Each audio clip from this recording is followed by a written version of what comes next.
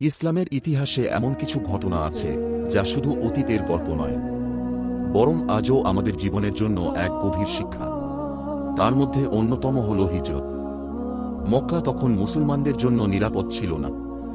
যখন হযরত মুহাম্মদ সাল্লাল্লাহু আলাইহি ওয়াসাল্লাম আল্লাহর একত্বের দাওয়াত দিলেন, তখন কুরাইশরা সেই সত্যের আহ্বান সহ্য করতে পারল না।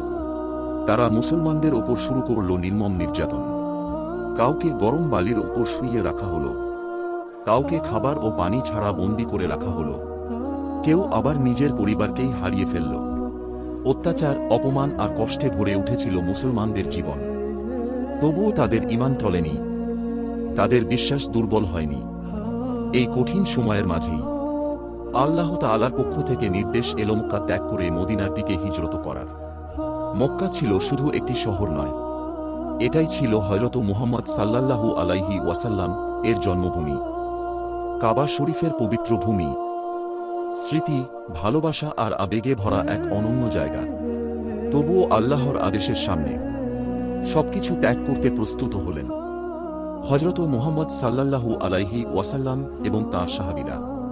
হিজরতের সময় হযরত মুহাম্মদ সাল্লাল্লাহু আলাইহি ওয়াসাল্লাম তাঁর সবচেয়ে প্রিয় ও বিশ্বস্ত সাথী হযরত আবু বকর রাদিয়াল্লাহু আনহুকে সঙ্গে নিলেন।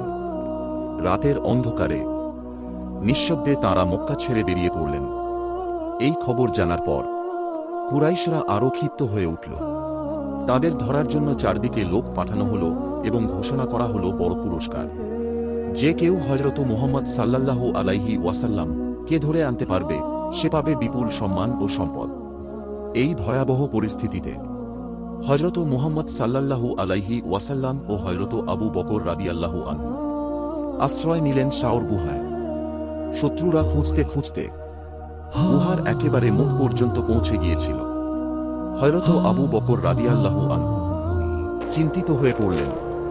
তিনি ভাবলেন, যদি তারা একটু নিচের দিকে তাকায় তাহলে তো সব শেষ। তখন হযরত মুহাম্মদ সাল্লাল্লাহু আলাইহি ওয়াসাল্লাম অত্যন্ত শান্ত ও দৃঢ় কণ্ঠে বললেন, ভয় করো না, নিশ্চয়ই আল্লাহ আমাদের সঙ্গে আছেন। আল্লাহ তাআলা তখন তাঁর কুদরতের নিদর্শন দেখালেন। গুহার মুখে একটি মাকড়সা জাল বুনে ফেলল, আর একটি জোড়া কবুতর সেখানে বাসা বাঁধল। শত্রুরা তা দেখে বলল, এখানে কেউ ঢুকতেই পারেনি। আর এভাবেই আল্লাহ তাআলা তাঁর প্রিয় নবীকে রক্ষা করলেন। কয়েকদিন পর নিরাপদ পরিস্থিতি তৈরি হলে তারা আবার যাত্রা শুরু করলেন মদিনার দিকে, দীর্ঘ ও কষ্টকর পথ পাড়ি দিয়ে। অবশেষে হযরত মুহাম্মদ সাল্লাল্লাহু আলাইহি ওয়াসাল্লাম মদিনায় পৌঁছালেন। মদিনার মানুষ আনন্দ, ভালোবাসা ও গভীর সম্মানের সঙ্গে নবীজি সাল্লাল্লাহু আলাইহি ওয়াসাল্লামকে গ্রহণ করল। এই হিজরতের মাধ্যমেই একটি নতুন ইসলামী সমাজের সূচনা হল। হিজরত শুধু শহর পরিবর্তনের ঘটনা নয়, এটা ছিল ত্যাগের শিক্ষা, এটা ছিল ধৈর্যের পরীক্ষা, এটা ছিল আল্লাহর ওপর পূর্ণ ভরসার এক অনন্য উদাহরণ।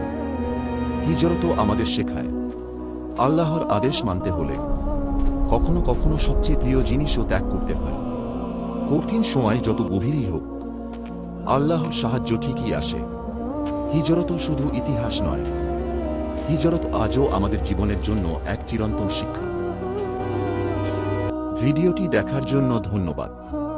ইনশাআল্লাহ আবার দেখা হবে নতুন কোনো ভিডিওতে।